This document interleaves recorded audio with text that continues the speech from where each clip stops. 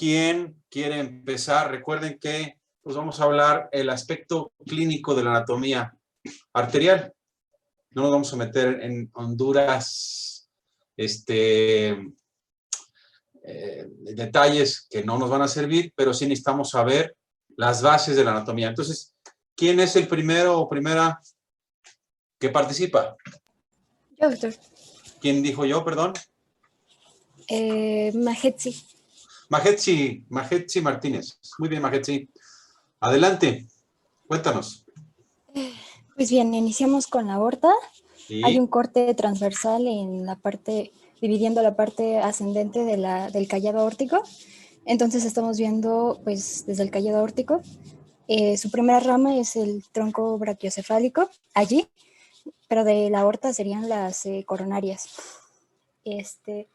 Luego ya tenemos la carótida común izquierda y luego la subclavia izquierda. Esas son como las tres ramas principales del callado aórtico. Y ya continuando con la aorta descendente, tenemos sus ramas viscerales, que son las bronquiales, las esofágicas y las subcostales. Me parece que las subcostales es de la tercera hasta la 12ª. Intercostales. Perdón. Intercostales. Sigue.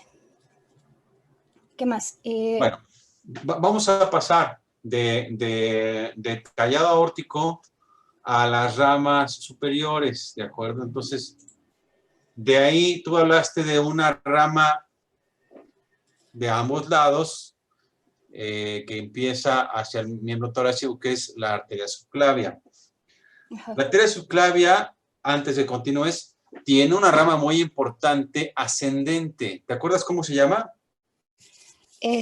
Ascendente a la vertebral. Exactamente. Ahorita vamos a hablar de la vertebral. Entonces, continuamos con la subclavia. Cuéntanos. Bueno, la subclavia, recuerdo se divide en 3 porciones para su descripción anatómica. O sea, de cuáles van a ir surgiendo primero.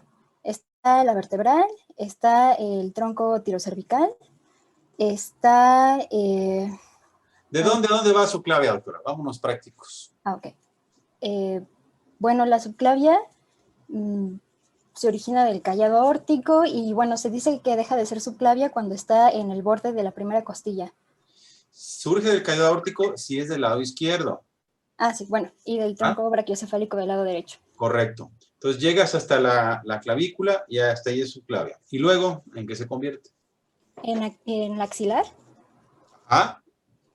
Y bueno, ya de ahí van las ramas para miembro superior, que sería la braquial, que esto luego ya se divide en radial y cubital. ¿Dónde se convierte de axilar a braquial? De axilar a braquial sería, bueno... ¿El borde inferior de qué músculo? ¿Del pectoral? ¿Alguien sabe? Pectoral mayor. Del redondo mayor, ¿no? Del pectoral mayor. Bien, y ahí se convierte en humeral o braquial. Bien, entonces comentabas que de ahí va descendiendo y luego, doctora. Bueno, y ya después de ser braquial, está la braquial profunda y luego se divide en, pues ya, cubital y radial, dando pues estas ramas colaterales en su trayecto.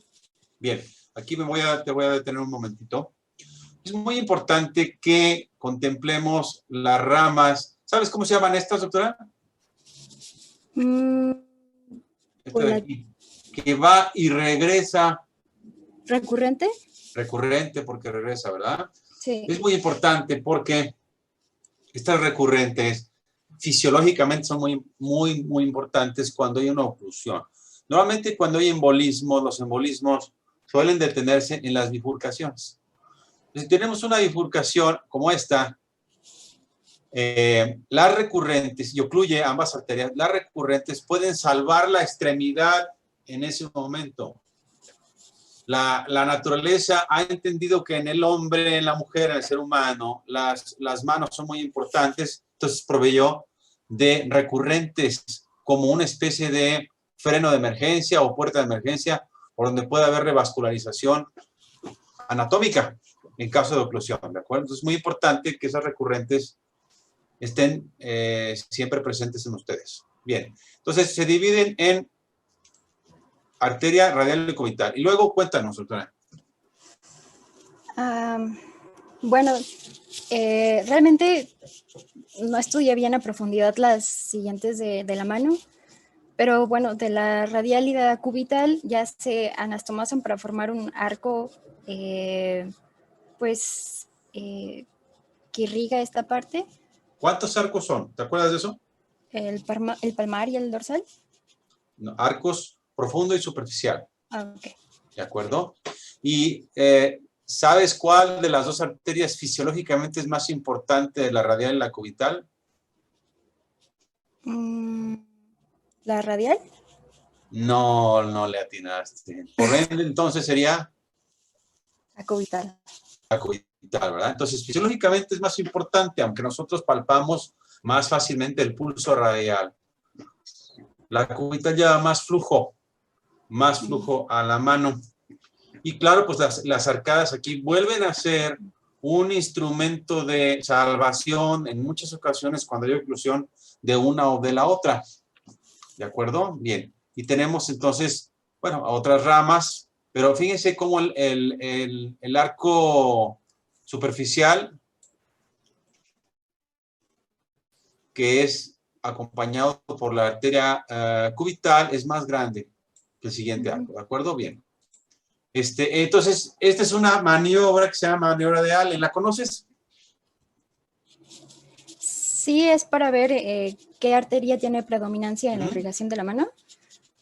Se ocluyen las dos y pues ya la mano se vuelve pues, blanca, que aprieta el puño. Ajá.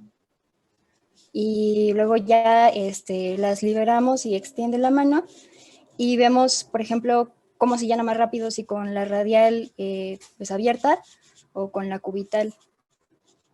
Bien, más que predominancia, te sirve para ver si hay oclusión de alguna de las dos. Si estamos hablando de que puede haber un proceso ateroscleroso, por ejemplo, y no lo sabemos, y tenemos que hacer una punción arterial, ya sea porque por ahí vamos a meter un dispositivo endovascular para corregir algún problema cardíaco, coronario, o sea, o que queremos una gasometría, simplemente arterial, pues tenemos que estar seguros que la arteria que vamos a puncionar puede, y que puede trombosarse en ese momento, cerrarse, la otra esté permeable. Entonces hay que hacer esa prueba de Allen antes de hacer punciones arteriales. Entonces, si ustedes comprimen y piden al paciente que abra su mano y liberan, como se ve aquí, una de las arterias, tiene que haber un llenado capilar rápido. Si el llenado capilar es muy lento o no existe, quiere decir que esta arteria está ocluida. Es una Allen positivo para cubital o para radial, ¿de acuerdo? Ok. Bien. Ok, perfecto. ¿Le seguimos, doctora? ¿Mackenzie? No lo sé. No, tú dime, tú decides. Ay, bueno. Bueno, eso es todo. Muy bien. Se me hace que el gremio femenil aquí va a salir adelante en esta generación. Bueno, muy bien. Entonces, quedamos que está el tronco brachocefálico, viene la subclavia, y junto a la subclavia surge ¿cuál arteria comentaste, doctora? La carótida común. La carótida común, ¿esa se divide en qué? ¿En qué ramas?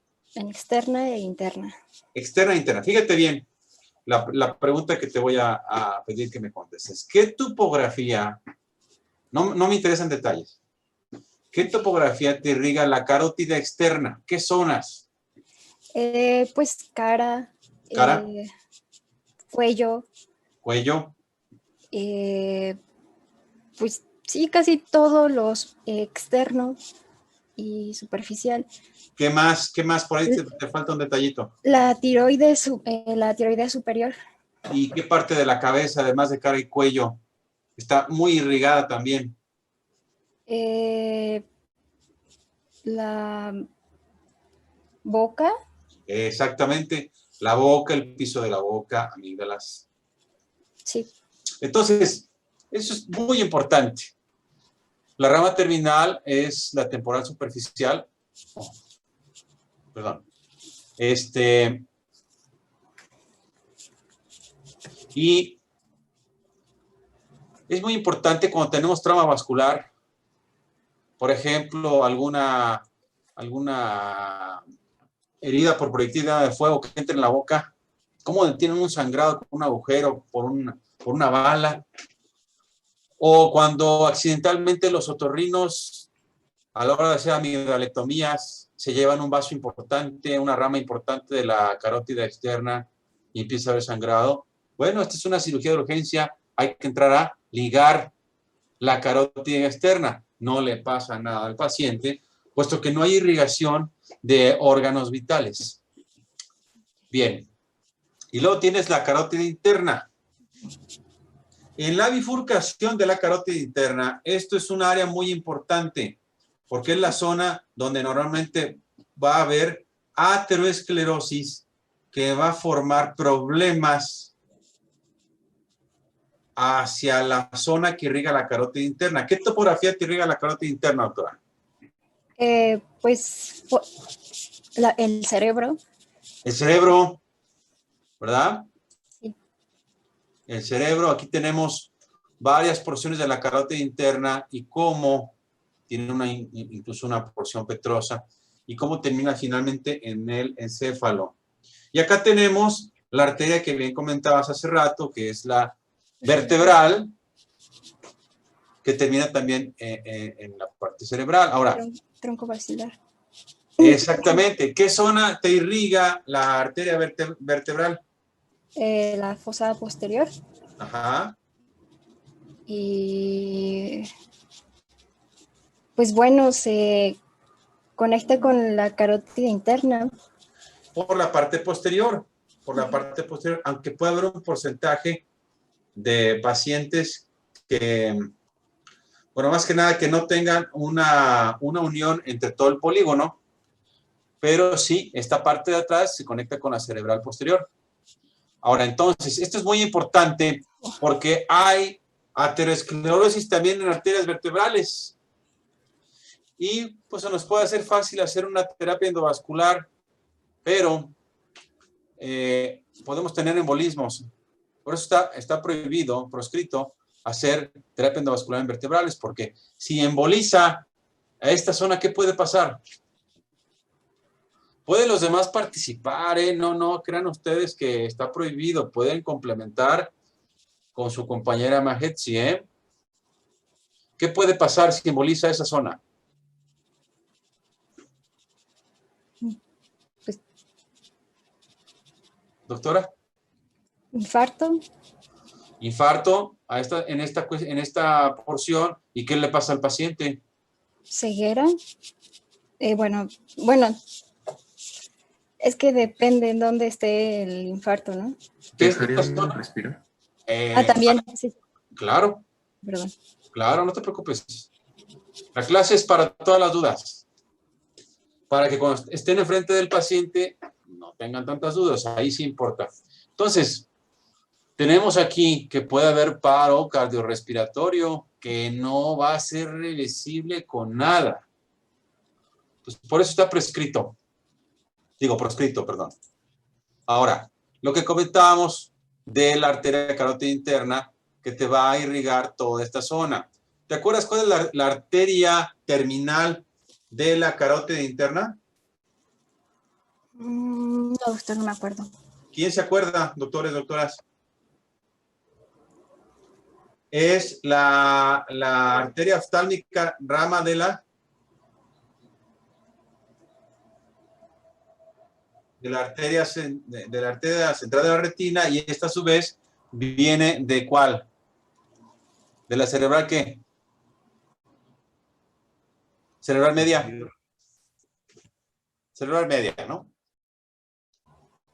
Entonces, la cerebral media es la rama terminal. ¿De acuerdo? Bien. Entonces, esta parte es la que es más proclive, la cerebral media, a recibir embolismos. Y entonces por eso los problemas de embolia cerebral dan más síntomas y signos que van de acuerdo a la región de la cerebral media. Ya lo veremos en su momento. Bien. Ok, vámonos tendidos para terminar.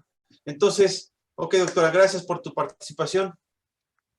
Doctora Magetsi, vamos a relevar a alguien más. Todos están ansiosos, he de suponer. Entonces, ¿quién más continúa con el tema? ¿Nadie? A ver, doctora Mariana Díaz. Sí, doctor. A ver, platícanos. Viene la aorta descendente, ya habló la doctora del callado, de las ramas importantes, viscerales, también torácicas. Y bueno, platícanos de la aorta descendente. Bueno, pues la aorta descendente tenemos la parte torácica, que es de la que ya nos habló mi compañera Magetsi, que pues sí se divide en viscerales, donde entran las bronquiales, esofágicas y mediastínicas, y las parietales, que son las intercostales posteriores, que son aproximadamente de 8 a 9. Luego, siguiendo en la aorta, pues tenemos la aorta abdominal. Bueno, antes de eso, Sí. te detengo un momento.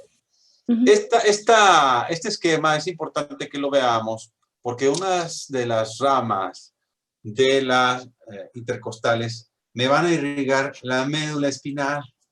Uh-huh. De suma importancia cuando tengo que atender un trauma vascular, donde tengo que pinzar la aorta torácica, o cuando tengo que corregir un problema de aneurisma o de disección aórtica, cuando la única opción es quirúrgica. Tengo que pinzar para poder corregir la zona enferma. Entonces, tengo el riesgo de que el paciente salga con paraplegia, ¿de acuerdo? Si el pinzamiento es demasiado. Entonces, es importante que se contemple la presencia de estas arterias a la hora de tratar estas regiones de la aorta. Ahora sí, nos platicabas de la aorta abdominal. Sí, bueno, la aorta abdominal también se divide en parietales y viscerales. Empezando con las parietales, tenemos a las lumbares y a las frénicas inferiores. Hablando, bueno, sí, las lumbares también se dividen en dorso espinal, que esas a su vez se dividen en espinal y en dorsal, y en abdominales anteriores. Bien. Ahora, viscerales. De las viscerales tenemos en orden, pues el tronco celíaco. Ese nos va a irrigar la zona del hígado, del estómago, una parte del páncreas, el vaso, y esa tiene 3 ramas principales, que es la gástrica izquierda, la hepática común y la arteria esplénica, que es la más grande de todo este tronco. Así es. Y, bueno, hablando de la gástrica, pues también va a tener sus propias ramas, Bien, no, que es la... No es necesario para mí. Ok, Lo importante bueno, aquí es que... Dime, dilo. sí, bueno, me faltó también de la...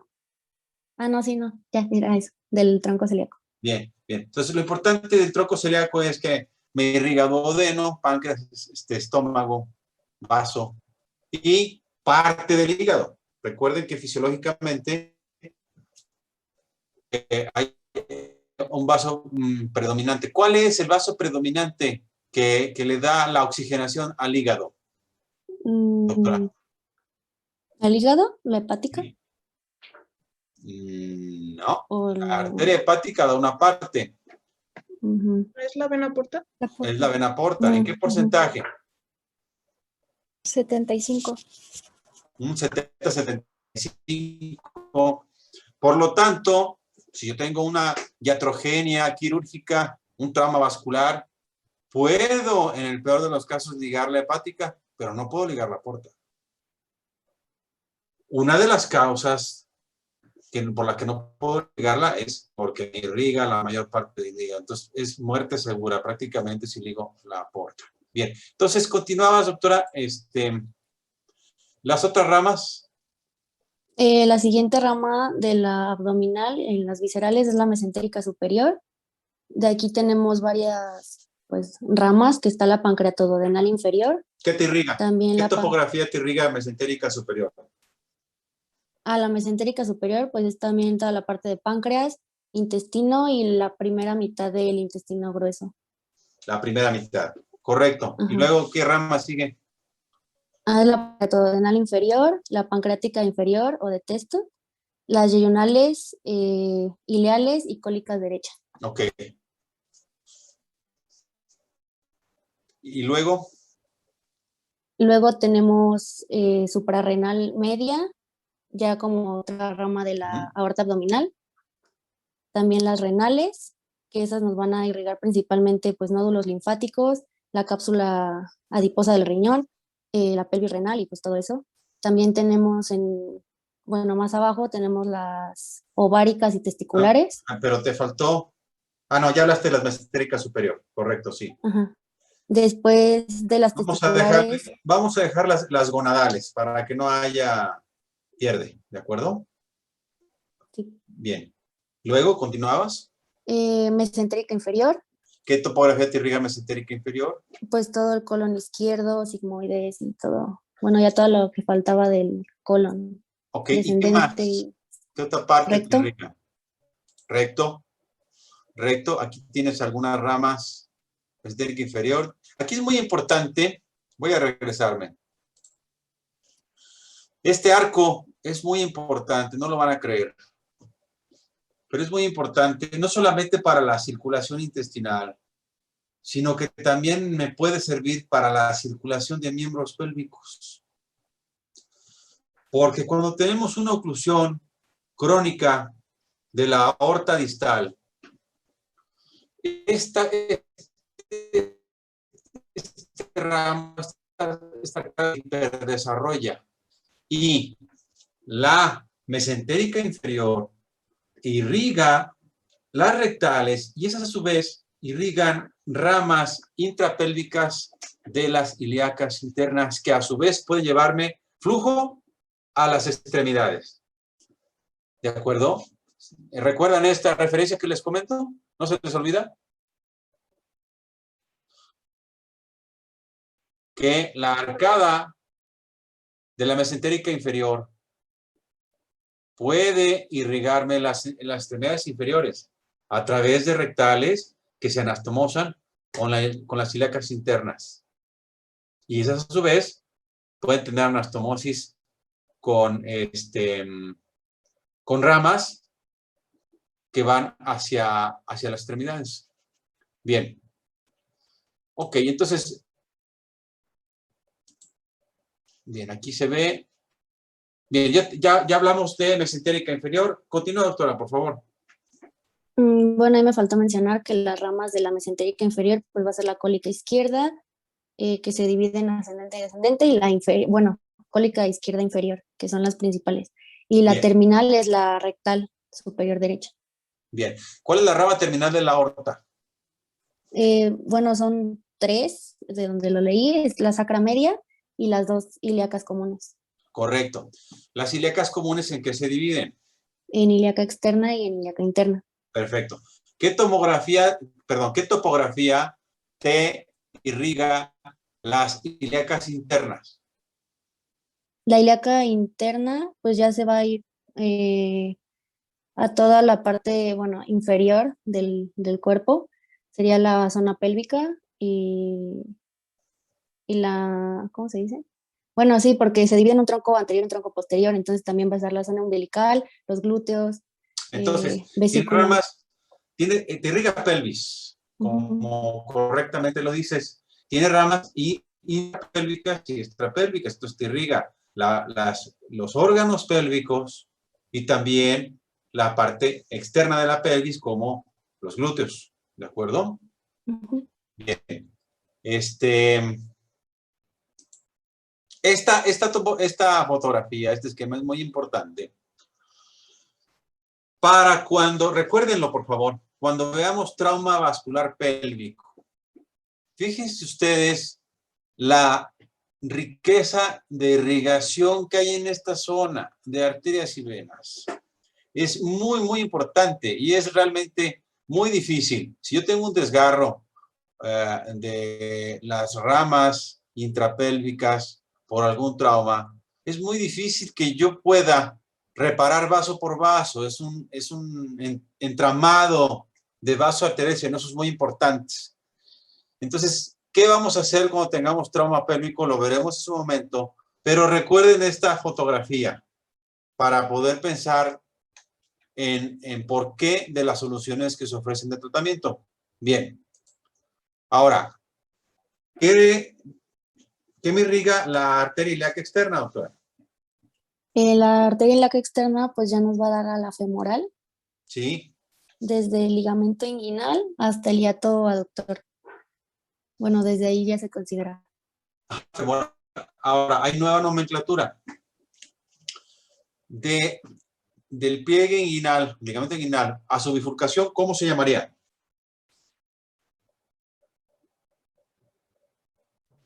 ¿Me lo puedes repetir, por favor? Del ligamento inguinal a su bifurcación, ¿qué encontraste tú? ¿Cómo se llama? ¿Femoral qué? Ah, nada más me parecía femoral. Ok, Así. entonces es femoral común. Femoral común hasta antes de su bifurcación. Luego, se divide aquí en dos. ¿Qué femorales, doctora? Profunda y superficial. Profunda y superficial, correcto. Esa es la nomenclatura antigua. Profunda y superficial. Pero estás en lo correcto. La profunda, ¿qué topografía te irriga? ¿Qué zonas? En general.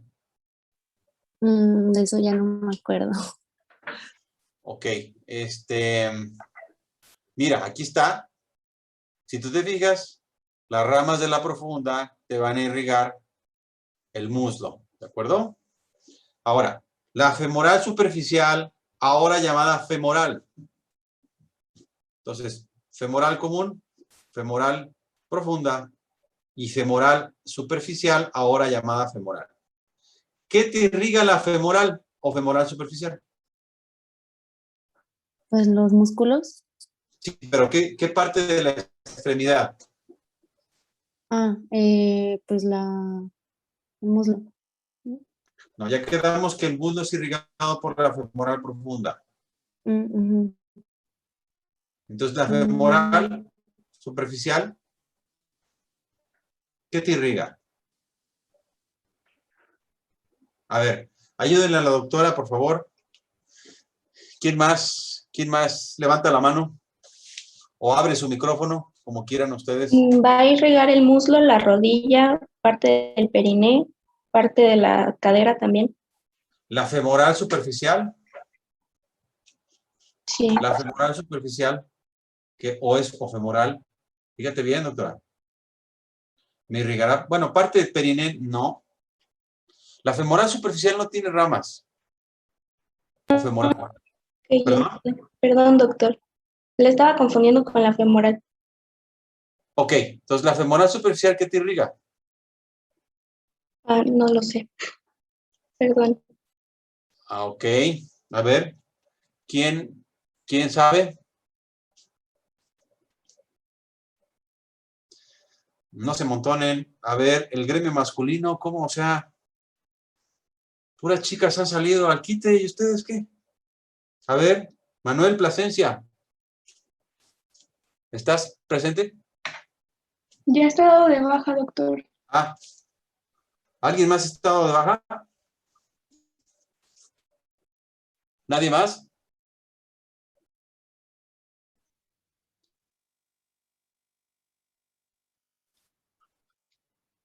Mayor Garrentería, JK, no, no está. Bien. Ok. Entonces,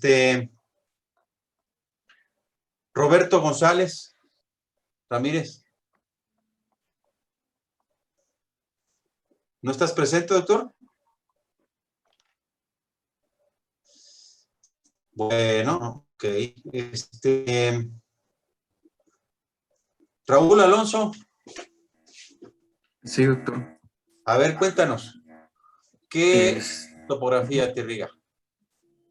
Pues me parece que en la parte del fémur no va a irrigar más que superficialmente unas arterias pequeñas y va a empezar a dar irrigación hasta la parte más inferior, poquito arriba de la rótula, de la rodilla, y va a ir a través de un conducto, no recuerdo su epónimo. ¿En qué se convierte la femoral superficial?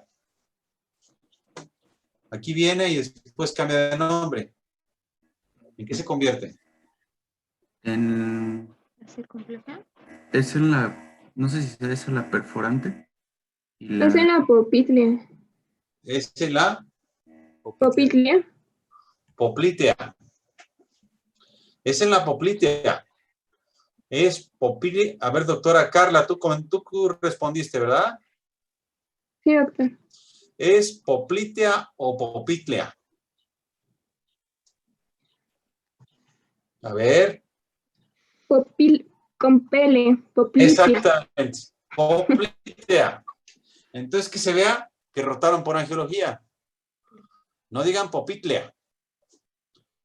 Poplitea. Siempre la P es antes de la L o la L es después de la P. Poplitea. Muy bien. Entonces, se convierte en poplitea. Y luego, doctora, la arteria poplitea, ¿en qué se convierte? Aquí es disección de cadáver, no se asusten. La arteria poplitea, ¿en qué se convierte? Le voy a poner el esquema para que sea más fácil. ¿En qué se bifurca? En tibial anterior y posterior. En tibial anterior y tronco tibio peroneo. Ok. ¿De acuerdo? La tibial anterior, ¿sabes por dónde va? ¿O qué zona me irriga? ¿A dónde llega? Te la voy a poner en cadáver, mira. Están muy bonitas estas diapositivas. Aquí está la poplitea con sus ramas geniculares. Aquí tenemos la tibial anterior que se va hacia adelante y me va a formar la arteria, ¿qué? ¿Cuál es la rama terminal de la arteria tibial anterior? ¿Pedia? ¿Perdón? ¿Pedia? La arteria pedia, entonces el pulso pedio está dado por la arteria tibial anterior. Si me regreso, el tronco tibio peroneo se divide en arteria tibial posterior, que va en la cara interna de la pierna, y arteria peronea. La peronea es una rama auxiliar. Esa no llega a ninguna parte del pie. En el tobillo se bifurca y termina ahí con una anastomosis en cada una de las tibiales. Es una arteria que también puede servir como un puente fisiológico cuando ambas arterias están ocluidas y esa puede estar permeable. Incluso hay alteraciones anatómicas donde está ausente alguna de las arterias tibiales posteriores o anterior y se hiperdesarrolla la peronea y da la irrigación a esas zonas. Puede haber una ausencia anatómica de las arterias tibiales, ya sea una o la otra, hasta en un 15% de los pacientes. Entonces, podemos encontrar ausencia de pulso tibial anterior o pedio en hasta 15% de los pacientes por alteraciones anatómicas. Es un dato importante. Entonces, ya quedamos que la arteria tibial posterior viene. Ahora, ¿qué me irriga la arteria tibial posterior? ¿Qué? A ver, doctor Carlos.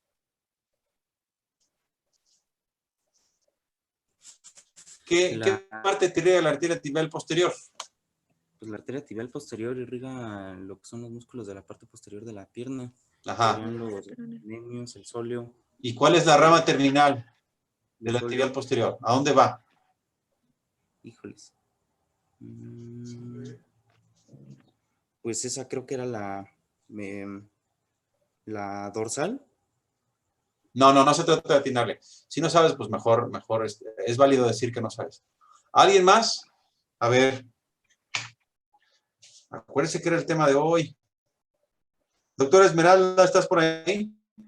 Sí, doctor. Daría la plantar externa. Las plantares. las plantares, aquí viene la tibial posterior, que va por detrás del malleolo interno y me da el pulso tibial posterior. Es muy importante desde ahorita que ustedes exploren a los pacientes y busquen los pulsos para que vayan haciendo la educación, la sensibilidad de palpar y de distinguir pulsos. Entonces, de costumbre, busquen los pulsos tibial anterior o pedio, tibial posterior y los pulsos radial y cubital. Con esos, para empezar, pueden también buscar popliteo y femoral, pero cuando menos acostúmbrense a palpar esos pulsos que son los pulsos de las extremidades en la parte distal. Y tenemos entonces, decías, las ramas plantares de la tibial posterior. Una rama específicamente me irriga, la rama plantar interna, me irriga el primer ortejo. ¿De acuerdo? El resto está irrigado, de la planta está irrigado por la plantar lateral. Y los demás ortejos están irrigados por la pedia. ¿De acuerdo? Entonces, eso es muy importante también que lo reconozcan. Si yo tengo isquemia del primer ortejo, entonces tengo compromiso de la arteria tibial posterior. De primer ortejo o de planta del pie. Si tengo isquemia de cualquiera de estos ortejos, tengo compromiso de la arteria tibial anterior. ¿De acuerdo? Recuérdenlo. Bien. Creo que son todas. Sí. Bien. Ok. ¿Hasta aquí alguna duda? ¿Pregunta? Bien. Recordándoles, revisen los temas. Es mucho más dinámico, mucho más interesante la clase si tienen la base del tema que estamos platicando. ¿De acuerdo? Ahora, rápidamente, ayer ya no pudimos ver el programa. Vamos a verlo rápidamente, nada más para ver los temas. Entonces, ¿sí lo alcanzan a ver? Perfecto. Entonces, nos vamos ya vimos anatomía arterial hoy, insuficiencia arterial aguda. Nos vamos a ir al capítulo arterial. Entonces, mañana es festivo, ¿verdad? Si mal no recuerdo. Sí, doctor. Entonces, el jueves a las 2 de la tarde vamos a ver insuficiencia arterial aguda. De insuficiencia arterial aguda es muy importante. Acuérdense que el desarrollo es definición de la enfermedad, etiología, cuadro clínico, métodos diagnósticos y tratamiento. De aquí es muy importante que, dentro de todo, lo que van a revisar, pues puntualicen las 6 P's. Y aquí vamos a hablar de insuficiencia arterial aguda pura. O sea, no vamos a hablar de crónica agudizada o de aguda por aterosclerosis, ¿de acuerdo? Eso no va a ser mañana. Ahorita solamente es insuficiencia arterial aguda pura, sin daño previo. Bueno, ¿de esto no hay duda para mañana? Muy bien. Entonces, describiendo rápidamente los temas, después sigue insuficiencia arterial crónica.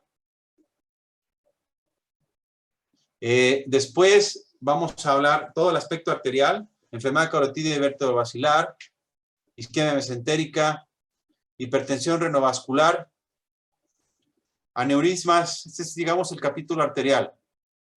Después viene el capítulo venoso, anatomía venosa y fisiología del retorno venoso, trombosis venosa profunda y superficial, insuficiencia venosa crónica. Después el capítulo linfático, la fisiología del retorno linfático en extremidades específicamente, y la fisiopatología, el linfedema y linfangitis.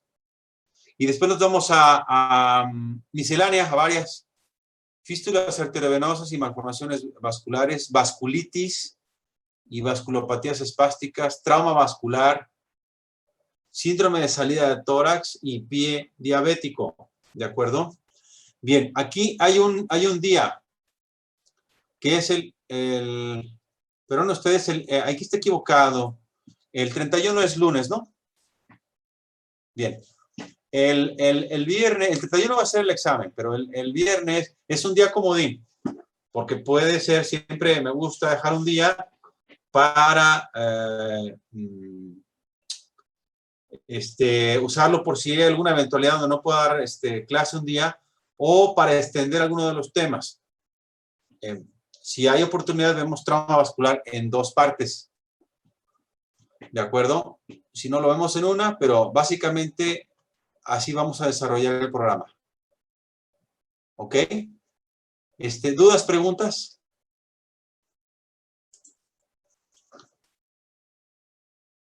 Bien. Sí, ya les pasaré ese programa, doctora Esmeralda, a tus compañeros. Sí, doctor, ya. Perfecto, muy bien. Entonces, si no hay más dudas y más comentarios, nos vemos el jueves para ver el tema de insuficiencia arterial aguda y junto con ese